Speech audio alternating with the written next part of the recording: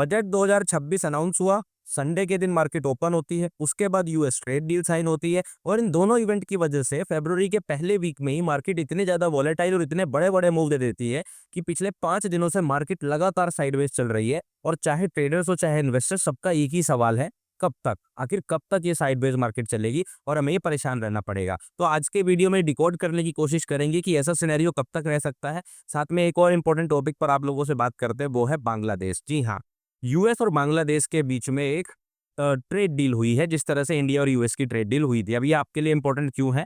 क्योंकि इससे इंडिया का टेक्सटाइल सेक्टर इंपैक्ट होने वाला है और आज के अंदर ही अगर आप देखेंगे टेक्सटाइल सेक्टर के मैक्सिमम स्टॉक्स जैसे ये डील की खबर आई 4 से 5% गिर गए। उसका रीजन मैं आपको समझाता हूँ ऐसा क्यों हुआ, क्योंकि आप में से बहुत सारे लोगों की होल्डिंग्स टेक्सटाइल सेक्टर में हो सकती है, इसलिए ये बात जानना आप लोगों के लिए बेहद जरूरी है। देखिए, यूएस और बांग्लादेश के बीच में ट्रेड डील साइन हुई। जिस तरह इंडिया का टैरिफ 18% पर सेट हुआ, यूएस ने बांग्लादेश का 19% रेसिप्रोकल टैरिफ जो है साइन कर दिया।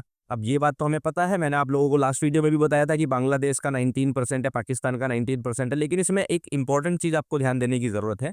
इस डील के अंदर यूएस बांग्लादेश के बीच में ये करार हुआ है कि अगर बांग्लादेश टेक्सटाइल बनाने के लिए जो कॉटन होती है या जो जो भी रॉ मटेरियल है वो अगर अमेरिका से इंपोर्ट करेगा, तो जब टेक्सटाइल कंप्लीट होकर टेक्सटाइल को एक्सपोर्ट किया जाएगा अमेरिका बांग्लादेश से, तो वो ड्यूटी फ्री होगा, मतलब उस पर 0% टैरिफ होगा। और ये बांग्लादेश के लिए बहुत बड़ी विन है। इसके लिए बांग्लादेश ने अपने किसी भी सेक्टर में कॉम्प्रोमाइज भले ही कर दिया हो, लेकिन मैं ये बात बोलूंगा कि बांग्लादेश को जो चाहिए था उन्होंने एटलीस्ट वो अचीव कर लिया, भले ही कुर्बानी किसी भी चीज की दी हो, वो उनका मामला है।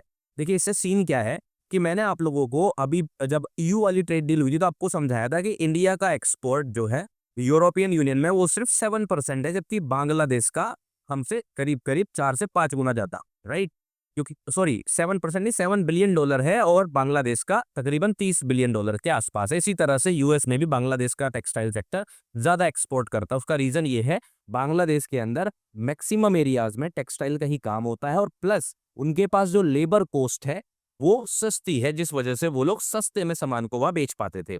टैरिफ्स की वजह से ये लड़ाई चल रही थी, इंडिया वहां पे बाजी मारना चाह रहा था लेकिन नहीं मार पाया, क्योंकि अगर बांग्लादेश यूएस से इंपोर्ट करेगा कॉटन को और वापस सामान वहीं बेचेगा, तो उसको जो है कोई भी टैरिफ देना नहीं पड़ेगा। मतलब भारत के जो टेक्सटाइल होंगे वो बांग्लादेश से अभी भी 18% मिनिमम महंगे होंगे जब अमेरिका में जाएंगे।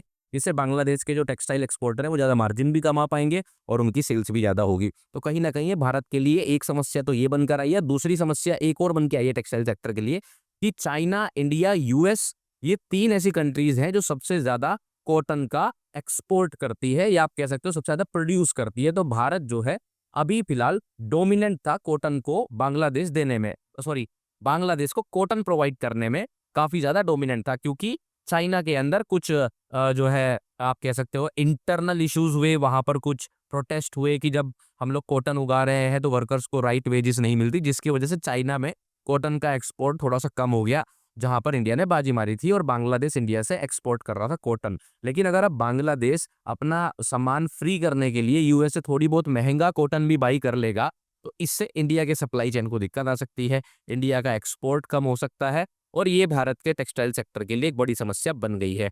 तो जितने भी लोगों का टेक्सटाइल सेक्टर के अंदर होल्डिंग्स है वो उनको ये बातें पता होनी चाहिए और उम्मीद कीजिए कि भारत इसका कोई तोड़ निकाल ले। बट फिलहाल चीजें बांग्लादेश के फेवर में है अगर हम टेक्सटाइल एक्सपोर्ट की बात करें, और ये इंडिया के लिए एक बहुत बड़ा सेटबैक है। तो चलो अब चलते हैं चार्ट्स पर। आप लोग डिस्क्लेमर पढ़िए और समझते हैं कि ये मार्केट जो साइडवेज चल रही है इसका क्या करना है। आज बात करेंगे इंडेक्सेस के साथ साथ नेचुरल गैस और क्रूड ऑयल की भी। निफ्टी फिफ्टी की अगर हम बात करें, कल के दिन ही मैंने आप लोगों को समझाया था कि मार्केट के प्राइस के ऊपर यहाँ पर एक डेली एफवीजी है, जिसके लेवल्स आप लोगों को मैंने समझाया भी थे और बताया भी था कि ये डेली एफवीजी काफी इंपॉर्टेंट रहने वाला है, क्योंकि ये एक आखिरी जो है बेरिश इनएफिशिएंसी या बेरिश साइन है मार्केट के ऑल टाइम हाई जाने से पहले। अगर आप देखेंगे, अगर मार्केट इस लेवल को ब्रेक कर देता है तो ऊपर की तरफ ऐसा कुछ भी नहीं है जो कि मार्केट को बहुत ज्यादा रेजिस्टेंस दे सके। हालांकि स्मॉल रिजेक्शंस आ सकते हैं, जैसे प्रीवियस ईयर क्लोजिंग है, प्रीवियस ऑल टाइम हाई है, ठीक है, यहाँ पर आपको रिजेक्शंस या फिर मार्केट का कंसोलिडेशन देखने को मिल सकता है। बट अगर मार्केट इस वाले डेली एफवीजी के अंदर से निकल के चला जाता है, इसके ऊपर सपोर्ट बना लेता है, देन मार्केट ऊपर की तरफ के रास्ते ओपन कर देगी। आज मार्केट ने इसी के अंदर एंट्री करी और उसके बाद आपको ये रिजेक्शन देखने को मिला। बट अगर हम देखें, क्योंकि ये एफवीजी जो है एक बार इस तरह से फिल्ड है और हम चाहते हैं इस तरह से फिल करें, तो कहीं ना कहीं मार्केट जो है बुल्स का साथ दे रही थी, और इसीलिए मैंने आप लोगों को बोला था कि कल के दिन हम लोग बुलिश बायस थोड़ा सा ज्यादा रखेंगे, और एटलीस्ट जब तक मार्केट 25,700 के ऊपर नहीं जाती तब तक हम लोग बुलिश ही रहने वाले हैं। अब क्या सिनेरियो है, अभी जिस तरह का कैंडलस्टिक यहाँ पर बना है और साथ में आप लोग अगर थोड़ा सा सेंसेक्स को भी देखेंगे, सेंसेक्स ने भी जिस तरह का रिजेक्शन दिया है, तो अगर हम साइन देखें तो मार्केट के कल, स्पेशली कल के इंट्राडे अगर हम प्लानिंग की बात करें, वहां पर बेयरिश रहने के चांसेस थोड़े से ज्यादा बढ़ गए हैं। अगर मार्केट यहाँ से रिजेक्ट होती है और रिजेक्ट होकर नीचे गिरना शुरू करती है, तो मोर लाइकली इस गैप को फिल करने के लिए आ सकती है। तो हमें आने वाले 2 दिनों के अंदर ये वाला गैप फिल होते हुए देखने को मिल सकता है। और अगर ये गैप फिल होता है तो तकरीबन अगर आप देखेंगे मार्केट आज 26,000 के आसपास चल रही है, और यहाँ पर 700 यानी कि 300 पॉइंट का ड्रॉप हमें देखने को मिल सकता है। आज के दिन एक्सपायरी थी, मार्केट बहुत ज्यादा साइडवेज थी, कुछ खास करने के लिए था नहीं, बट अगले 2 दिनों के अंदर देखने को मिल सकता है। अब बात करेंगे कि मार्केट ये साइडवेज रेंज कब तक ब्रेक कर सकती है। देखो, मेरे हिसाब से अभी कम से कम जो है 1 से 1.5 हफ्ता और हमें लग सकता है मार्केट को इस रेंज से बाहर निकलने के लिए। उसका कारण मैं आपको बता रहा हूँ। अचानक से जब भी मार्केट के अंदर कई सारे इवेंट्स आती है, तो इवेंट्स के आने पर, अनएक्सपेक्टेड इवेंट्स के आने पर मार्केट बहुत तेज वॉलेटिलिटी के साथ भागता है। लेकिन जब वो इवेंट्स या तो नॉर्मल बन जाती हैं, या फिर जो न्यूज़ हमें पहले से पता होती है वो आने वाली होती है, तो वहां पर मार्केट बहुत तेज रिएक्ट नहीं करती। अब आप खुद सोच कर देखिए, बजट के दिन कहीं ना कहीं एक बहुत बड़े पैसे ने एंट्री करी मार्केट के अंदर, और यूएस ट्रेड डील साइन होते ही एग्जिट कर दिया। मुझे नहीं पता ये मैनिपुलेशन था, प्लान्ड था, कि अचानक से बजट के दिन, जिस दिन संडे था, पता था इंस्टीट्यूशनल मनी ऑन नहीं है, उस दिन अचानक से मार्केट ओपन होती है और कोई बड़े पैसे से जो है यहाँ पे प्राइस को गिरा के एंट्री कर लेता है। एंट्री करने के बाद अचानक से 2 दिन बाद ही यूएस की ट्रेड डील रात में साइन होती है, और अगले दिन मॉर्निंग में मार्केट पंप होकर यहाँ पे प्रॉफिट बुक कर लिया जाता है। तो बहुत मैनिपुलेटिव प्राइस एक्शन दिखाई दे रहा है। कौन कर रहा है आप लोग खुद सोचो, मुझे नहीं पता। ऐसा हो भी रहा है, नहीं हो रहा है, मैं नहीं कह सकता, लेकिन जो दिखाई दिया वो बिल्कुल सही नहीं है। और ऐसी चीजें जो होती है, जो भी इन्वेस्टर्स होते हैं, जो भी डीआईआईज होते हैं, जो इसमें इन्वॉल्व नहीं होते, उन लोगों के मन में डाउट पैदा करती है कि यार चक्कर क्या है। यहाँ पे तो सीधा-सीधा प्राइस को मैनिपुलेट करा जा रहा है। अचानक से 3 दिन के अंदर जो है मार्केट 24,500 से 26,500 चली जा रही है, यानी कि 2,000 पॉइंट्स का मैनिपुलेशन किया जा रहा है। तो ऐसे टाइम पर कोई भी इन्वेस्टर, चाहे वो छोटा हो चाहे बड़ा, वो सोचने पे मजबूर हो जाता है कि क्या ये सही वक़्त है ट्रेड करने का? क्योंकि अभी तो बहुत सारे इवेंट्स वैसे भी जारी है, इंटरनेशनली, जियोपॉलिटिकली, जिस तरह से यूएस ऐसी ट्रेड डील्स कर रहा है, आज बांग्लादेश के साथ क्या हो सकता है, कल फिर पाकिस्तान के साथ कोई नई ट्रेड डील कर ले, हो सकता है इंडिया के कंपटीटर वियतनाम के साथ कोई ट्रेड डील कर ले, हो सकता है चाइना का अचानक से जो है टैरिफ गिरा दे। तो ऐसे जियोपॉलिटिकल सिचुएशन के अंदर क्या होता है, सबके अंदर एक इनडिसीजन वाली फीलिंग होती है कि आप कितना भी बढ़िया एनालिसिस कर लो, किसी भी सेक्टर के लिए कितना भी कॉन्फिडेंट हो जाओ, कितने भी बढ़िया फंडामेंटल्स आ गए हों, लेकिन मार्केट किसी भी वक्त पलट के धोखा दे सकती है। तो मुझे ऐसा लग रहा है अभी कम से कम और 8 से 10 दिन जो है मार्केट को ये क्लैरिटी लेने में कि मार्केट किस तरफ जाना चाहती है, प्रॉपर प्राइस एक्शन बनाने में लग सकता है। और ऐसे वक्त के बीच में आप लोगों को थोड़ा सा संभल कर अपना रिस्क कम रखते हुए ही ट्रेड करना चाहिए, मेरा रिकमेंडेशन रहेगा। स्पेशली ये साल की शुरुआत का दूसरा महीना है, पहले 2 महीने के अंदर वैसे भी प्राइस मैनिपुलेट किया जा सकता है, और स्पेशली लास्ट के महीने में। तो इसलिए थोड़ा सा संभल कर आप लोग ट्रेड करें और साइडवेज प्राइस की एक्सपेक्टेशन करते रहें। अपने बायस को सिंपल सा लेवल टू लेवल मार्क करके रखें। जैसे कि अब हमने कल ये प्रीवियस डे क्लोजिंग आपने देखा होगा, हमने मार्क किया था। मार्केट इसके बहुत पास आती है, लेकिन इसको टेस्ट नहीं करती है। क्यों नहीं करती है? अगेन वही रीज़न, क्योंकि जब मैं आपको बता रहा हूँ, जभी भी मार्केट इनडिसाइसिव होगी, वो अपने लेवल्स को बहुत अच्छे से इसलिए फॉलो नहीं करेगी क्योंकि वहाँ पर हाई लिक्विडिटी है ही नहीं। वहाँ पर लिक्विडिटीज़ जो है वो लो हो गई है। 25, मैं आज का जो लेवल है वो यहाँ पर लिख रहा हूँ, ठीक है? आज का ये क्लोजिंग हो गया, कल आपके ये काम आएगा।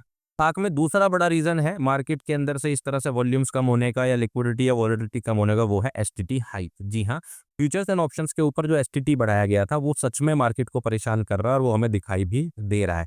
और मैंने आप लोगों को एसटीटी बढ़ाते वक्त भी 2 चीज़ें बताई थी कि मुझे नहीं पता एसटीटी बढ़ाने का रीज़न सिर्फ स्पेक्यूलेशंस है या फिर रेवेन्यू है। अगर आप लोगों ने वो वीडियो नहीं देखी तो आप लोग जाके देख सकते हैं, थंबनेल आपको मिल जाएगा, 3-4 वीडियो पहले ही है, जिस दिन एसटीटी बढ़ा था उसके बाद मैंने बनाई थी। तो यहाँ पे मतलब मुझे तो पर्सनली उस दिन भी समझ में नहीं आया था। मैंने आप लोगों को बोला था कि यूनियन गवर्नमेंट का जो टारगेट था वो था कि 45 जो है लाख करोड़ रुपीस जो है हमारे आए हैं रेवेन्यू से, जबकि हमारी एक्सपेक्टेशन थी 75 लाख करोड़। तो कहीं रेवेन्यू बढ़ाने के लिए तो एसटीटी नहीं बढ़ाया गया, स्पेकुलेशन का नाम देकर, क्योंकि स्पेकुलेशन तो देखो हर मार्केट में लगातार चलेगी। मुझे नहीं समझ में आता, there could be several other reason, but ये चीज सच में इम्पैक्ट कर रही है, और ये आप लोगों को स्क्रीन पर दिखाई दे रहा है इस चार्ट के अंदर। तो इसको आपको सामना करना पड़ेगा। जब बैंक निफ्टी की वीकली एक्सपायरी हटाई गई थी, तब भी मार्केट जो है काफ़ी दिनों तक शांत हो गई थी। फिर धीरे धीरे वॉल्यूम्स पकड़े, फिर उसके बाद नए रूल्स आए, कई सारी वीकली एक्सपायरी लगातार हटाई गई, फिर मार्केट शांत हुई, फिर मार्केट ने थोड़े दिन बाद वॉल्यूम पकड़ा। तो वैसा ही सिचुएशन है, कुछ दिन मार्केट शांत रह सकता है, उसके लिए तैयार रहे। कल के लिए सिंपल सा है, देखो मार्केट के लिए लेवल्स आप मार्क करके रखिए। ये वाला जो गैप अगर है आप देखेंगे मार्केट नीचे आएगा तो आप प्रीवियस डे लो या प्रीवियस डे हाई मार्क करके यूज़ कर सकते हैं। बट मेरा प्लानिंग थोड़ा सा यही है कि अगर मार्केट यहाँ से रिएक्शन देता है तो फिर मैं ये वाला मूव प्लान करना चाहूँगा, ट्रेड करना चाहूँगा। इस बीच में मैं ट्रेड अवॉइड करूँगा। अगर मुझे कोई कॉन्फिडेंट बाई सेटअप मिलता है तब अलग बात है, फिर इसको टारगेट कर सकते हैं।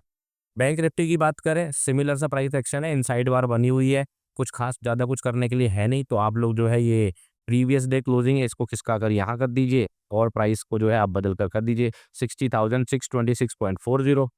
ये 626.40 है। तो प्रीवियस डे क्लोजिंग मैं आपको मार्क करने के लिए इसलिए बोल रहा हूँ बार बार, क्योंकि जब मार्केट इतनी साइडवेज होती है तो प्रीवियस डे प्रीवियस हाई से ज़्यादा इंपॉर्टेंट प्रीवियस डे क्लोजिंग हो जाता है।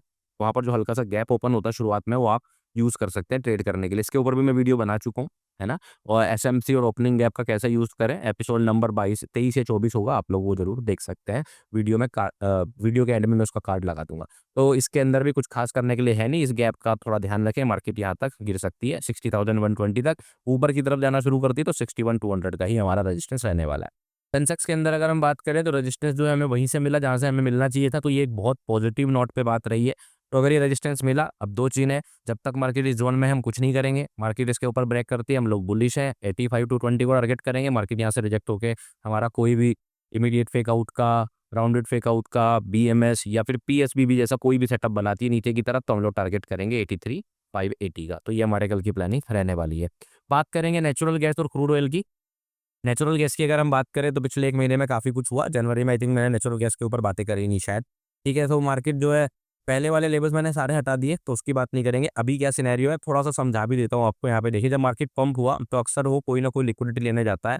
ये चीज़ हमेशा ध्यान रखिए। तो मार्केट ने जैसे ही लिक्विडिटी ली, मार्केट गिरी, तो ये हमें एक चीज़ सीखने को यहाँ से मिल रही है। अब आप देखेंगे यहाँ पे ये लोवेस्ट क्लोजिंग थी, यहाँ पे एक ओपनिंग गैप था, मार्केट ने उसको फिल कर दिया है।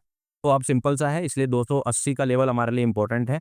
कई बार मार्केट धोखा देने के लिए बजाय ये नीचे वाला लो टेस्ट करने के, मार्केट इसी गैप से पंप हो सकती है। तो आप लोग ध्यान रखिए कि मार्केट यहाँ से रिवर्सल ले सकती है। इसकी दिमाग में, अपने दिमाग में प्लान करके रखना, ठीक है? अगर ऊपर की तरफ आती है मार्केट तो आपको जो है सिंपली यहाँ तक ये 332 को टारगेट आप कर सकते हो। इसमें जो है आप थोड़ा-सा गैप रखना, क्योंकि यहाँ पे बहुत सारे गैप हैं। तो इसको आप एक्चुअली में 325 से लेके 332 तक ही मार्क करना। अगर 325 भी पहुँच जा रहा है तो आप ये कंसिडर करना आप लॉन्ग को हम अवॉइड कर सकते हैं। अगर मार्केट नीचे की तरफ ब्रेकडाउन करती है तो हमारे लिए जो मोस्ट इंपोर्टेंट लेवल होगा वो होगा 254। हालाँकि अभी शॉर्ट टर्म में मुझे उसके चांसेस थोड़े से कम दिखाई दे रहे हैं। मुझे लग रहा है मार्केट अगर एक बार नीचे आई तो इस तरह से ऐसे करके साइडवेज या ऊपर की तरफ यहाँ तक आ सकती है। ये वॉलेटिलिटी का सबसे बड़ा रीज़न ईरान और रशिया का जो सिचुएशन चल रहा है वही है। तो जब तक ईरान वाली सिचुएशन और जब तक रशिया वाली सिचुएशन कंट्रोल में नहीं आने वाली, नेचुरल गैस इस तरह के मूव दे सकता है। इसलिए नेचुरल गैस को ट्रेड करते हुए अपने रिस्क को मैनेज करना बहुत ज़्यादा ज़रूरी है। उसको ध्यान रखते हुए आप लोग ट्रेड करें। किसी भी वक़्त कहीं पर भी मार्केट बहुत बड़ा गैप अप या गैप डाउन दिखा सकती है। किसी दिन यूएस ने ईरान के ऊपर अटैक कर दिया या मिडल ईस्ट में कोई ऐसी सिचुएशन क्रिएट हो गई या फिर रशिया यूक्रेन वॉर अचानक से और बढ़ गया, तो ये सारी वो जो नेचुरल गैस है वो और ज़्यादा वोलेटाइल होने की संभावनाएँ बढ़ जाएँगी। क्योंकि आप लोगों को पता है कि रशिया काफ़ी ज़्यादा हद तक पूरे यूरोप को एक्सपोर्ट करता है गैस, राइट? ठीक है? सो नेचुरल गैस के लिए ये। और बात करेंगे क्रूड ऑयल की। क्रूड ऑयल के ऊपर भी काफ़ी दिन बाद आज हम बात कर रहे हैं। तो क्रूड ऑयल अगर हम देखेंगे अभी, यहाँ से हमारे 5,000 वाले लेवल से मार्केट ने बहुत बढ़िया रिएक्शन दिया, पंप हुआ, ऊपर आया तो यही 6,040 वाले लेवल तक ही आया। ऐसे हटा दे रहा हूँ मैं अभी 6,048 वाले लेवल को। ये 6182 अब आपके लिए मेन रेजिस्टेंस है। जब तक मार्केट इसको टारगेट करके ऊपर नहीं जाती तब तक नया टारगेट आपको सोचने का ज़रूरत नहीं है, क्योंकि ये काफ़ी इंपॉर्टेंट लेवल रहने वाला है। लेफ्ट में अगर आप देखेंगे तो ये काफ़ी इंपॉर्टेंट हाई है। जब हम लोग पहले देख रहे थे इसको जुलाई अगस्त के आसपास, तो हमने इंपॉर्टेंट टारगेट रखा हुआ था, ये हिट हुआ और यहीं से रिजेक्शन आया था। तो अब जब तक मार्केट इसको ब्रेक नहीं करता तब तक हम लोग ऊपर के टारगेट्स निकालें, कुछ खास फायदा उसका है नहीं। नीचे की तरफ ध्यान रखिए, ये आपका 5669 का लेवल जो 2018 का होल टाइम हाई था, ये काफ़ी इंपॉर्टेंट लेवल है। इसको कई बार मैं अपने पुराने चार्ट्स के अंदर से रखता हुआ आ रहा हूँ। जब भी प्राइस इसके आसपास आएगा आप हमेशा एक रिएक्शन की एक्सपेक्टेशन रख सकते हैं। ये परमानेंट रखने वाला लेवल है, क्योंकि लॉन्ग टर्म या एचटीएफ चार्ट जब भी आप देखेंगे ये आपको बहुत इंपॉर्टेंट लेवल दिखाई देगा, ठीक है? मोर लाइकली मैं एक्सपेक्ट कर रहा हूँ आने वाले हफ्ते में मार्केट इसके ऊपर ही रहे और ऊपर की तरफ यहाँ बढ़ने की कोशिश करे। ये हमारा मेन बायस रहने वाला है।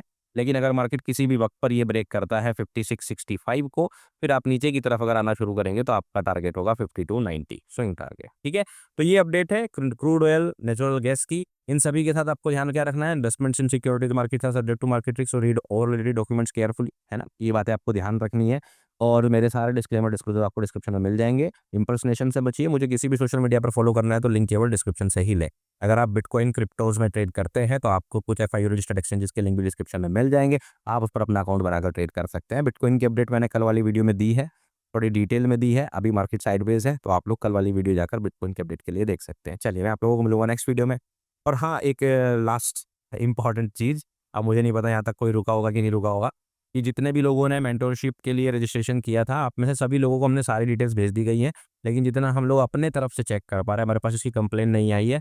कुछ लोग, मुश्किल से 5 से 10 लोग ऐसे हैं जिन्होंने अपने मोबाइल नंबर गलत डाले हुए थे। तो हमें ऐसा लग रहा है कि आप लोगों के पास शायद टेलीग्राम लिंक या क्लासेस का लिंक नहीं पहुंच रहा होगा। अगर आप सुन रहे हैं तो मेंटरशिप 1 फरवरी से शुरू होनी थी, पता नहीं आप लोग सो क्यों रहे हैं। आप लोगों को वेबसाइट पर एक नंबर दिया गया था, व्हाट्सएप नंबर, उस पर मैसेज कर दें अपनी डिटेल, जिससे कि हम लोग आपको एक्सेस करा सकें। चलिए, मैं आप लोगों को मिलूंगा नेक्स्ट वीडियो में। Take care, bye bye.